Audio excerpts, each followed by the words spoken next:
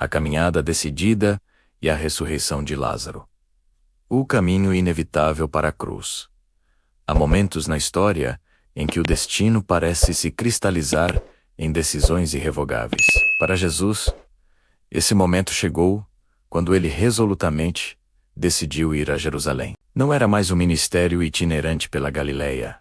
Não eram mais as multidões à beira do lago. Era uma jornada deliberada, consciente, determinada em direção ao confronto final, que ele sabia o aguardar na Cidade Santa. E nessa caminhada, um último e extraordinário milagre, a ressurreição de Lázaro, serviria tanto como demonstração suprema de seu poder, quanto como catalisador que selaria definitivamente sua sentença de morte. A resolução inabalável. Lucas registra com uma frase carregada de significado. Quando os dias de sua ascensão estavam se cumprindo, Jesus, resolutamente, decidiu ir a Jerusalém. A expressão grega traduzida como resolutamente, decidiu literalmente, significa endureceu seu rosto.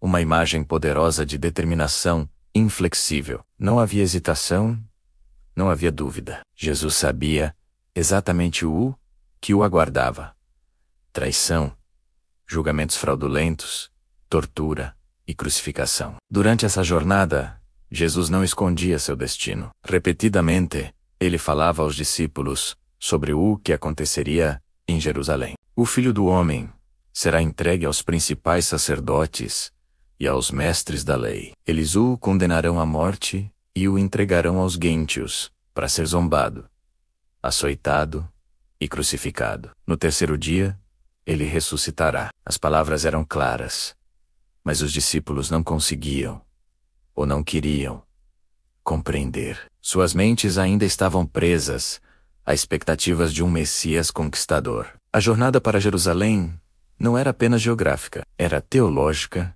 e espiritual. Jesus atravessava Samaria, região evitada pelos judeus devotos.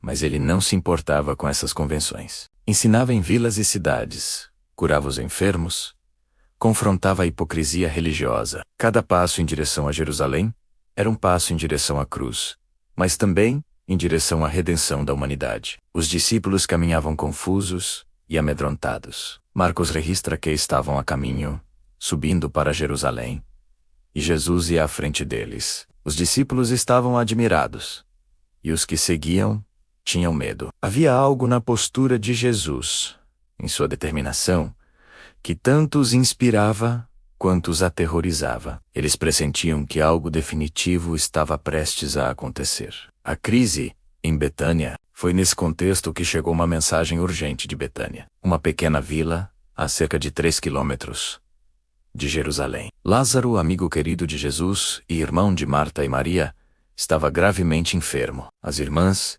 enviaram um recado simples, mas carregado de esperança.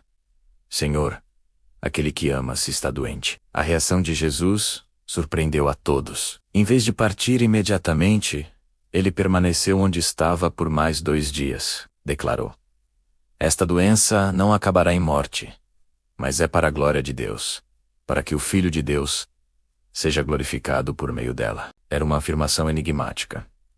Jesus via, além da crise imediata, enxergava um propósito maior, uma oportunidade para uma revelação suprema. Quando finalmente decidiu ir a Betânia, os discípulos ficaram alarmados. Rabi, argumentaram, há pouco os judeus procuravam apedrejá-lo, e o Senhor volta para lá? Jerusalém e seus arredores representavam um perigo mortal. Mas Jesus respondeu com uma metáfora sobre caminhar durante o dia, quando a luz versus tropeçar na escuridão. Ele sabia exatamente onde estava indo e por quê. Então veio a declaração direta: nosso amigo Lázaro adormeceu, mas vou até lá para acordá-lo. Os discípulos, interpretando literalmente, responderam que, se ele estava dormindo, logo melhoraria.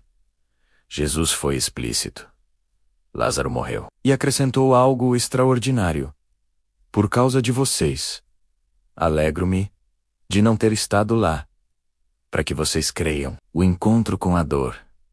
Quando Jesus chegou a Betânia, Lázaro já estava no túmulo há 4 dias. Segundo a crença judaica, a alma permanecia próxima ao corpo por 3 dias.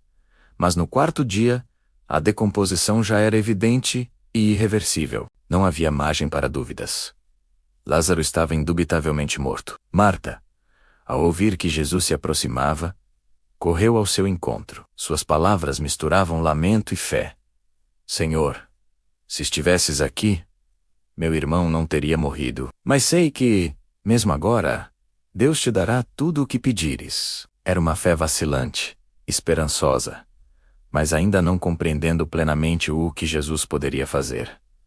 Jesus lhe disse: seu irmão ressuscitará. Marta respondeu com a teologia convencional: sei que ele ressuscitará, na ressurreição, no último dia. Ela compreendia a doutrina farisaica da ressurreição futura, mas não imaginava o que estava prestes a testemunhar. Então Jesus fez uma das declarações mais profundas de sua identidade: eu sou a ressurreição e a vida. Aquele que crê em mim, ainda que morra, viverá. E todo aquele que vive e crê em mim, jamais morrerá. Você crê nisso? Não era apenas que Jesus poderia realizar uma ressurreição. Ele era, em sua própria pessoa, a ressurreição e a vida. A vida eterna não era apenas uma doutrina futura, mas uma realidade presente nele. Maria chegou logo depois, repetindo as mesmas palavras de sua irmã, e caiu aos pés de Jesus chorando. Os judeus que a acompanhavam também choravam. E então aconteceu algo profundamente humano e tocante. Jesus chorou. As 2 palavras mais curtas da Bíblia em muitas traduções, mas carregadas de significado imenso. Por que Jesus chorou se sabia que em momentos ressuscitaria Lázaro? Talvez pela dor real de seus amigos, pela empatia com o sofrimento humano, talvez pelas trevas do pecado e da morte que escravizavam a humanidade. Talvez antevendo sua própria morte iminente, suas lágrimas revelavam sua humanidade genuína. Ele não era um semideus distante, mas alguém que verdadeiramente entrou em nossa dor. O milagre supremo. Chegaram ao túmulo, uma caverna com uma pedra cobrindo a entrada. Tirem a pedra, ordenou Jesus. Marta protestou: Senhor, ele já cheira mal, pois já está ali há 4 dias. Era um detalhe graficamente realista. A decomposição era inegável, mas Jesus insistiu. Não lhe disse que, se você cresce, veria a glória de Deus? A pedra foi removida. Jesus levantou os olhos e orou: Pai, eu te agradeço porque me ouviste. Eu sei que sempre me ouves, mas disse isto por causa da multidão que está aqui, para que creiam que tu me enviaste. Era uma oração pedagógica, destinada a revelar a relação única entre o Pai e o Filho, a demonstrar que seu poder vinha de Deus. E então, com voz forte, Jesus clamou: Lázaro, sai para fora. O que aconteceu a seguir desafiava toda a lógica natural. O morto saiu, ainda envolto nas faixas de linho, com um sudário no rosto. Vida, onde havia morte. Movimento, onde havia rigidez cadavérica. Um homem caminhando para fora do túmulo, que deveria ser seu destino final. Desatem-no e deixem-no ir, disse Jesus. Simplesmente. Era o maior milagre registrado nos evangelhos até aquele momento. Jesus havia curado doenças, expulsado demônios, multiplicado pães, acalmado tempestades. Mas ressuscitar alguém morto há 4 dias, quando a decomposição já havia começado, era algo de outra magnitude. Era uma demonstração irrefutável de poder sobre a própria morte, uma prévia de sua própria ressurreição vindoura. O selo da condenação. A reação ao milagre foi dividida. Muitos dos judeus que testemunharam o evento creram em Jesus, mas outros foram direto aos fariseus e relataram o ocorrido. A notícia provocou uma reunião urgente do Sinédrio, o Supremo Conselho Judaico. A discussão revelou o dilema das autoridades. Que faremos? Este homem está realizando muitos sinais miraculosos. Se o deixarmos continuar assim, todos crerão nele. E então, os romanos virão e destruirão tanto o nosso lugar sagrado, quanto a nossa nação. Era uma preocupação política, disfarçada de zelo religioso. Temiam que um movimento messiânico em torno de Jesus, provocasse uma brutal repressão romana. Caifás, o sumo sacerdote daquele ano, pronunciou as palavras que selariam o destino de Jesus.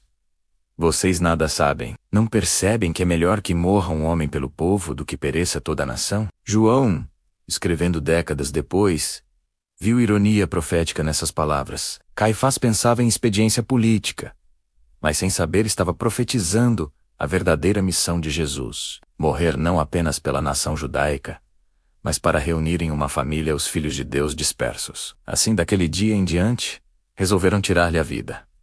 Registra João. O milagre que deveria ter levado à fé levou ao ódio assassino. A ressurreição de Lázaro tornou-se, paradoxalmente, o catalisador da morte de Jesus. Demonstração suprema de poder sobre a morte, selou a decisão de matá-lo. Jesus, consciente do perigo, se retirou temporariamente para Efraim, perto do deserto. Mas era apenas uma pausa estratégica. A Páscoa se aproximava, e com ela o cumprimento de tudo que havia sido profetizado. A caminhada decidida para Jerusalém estava apenas começando seu capítulo final. Todos os dias teremos novos vídeos aqui. Inscreva-se para não perder as novidades. Curta e compartilhe, para nos ajudar a continuar.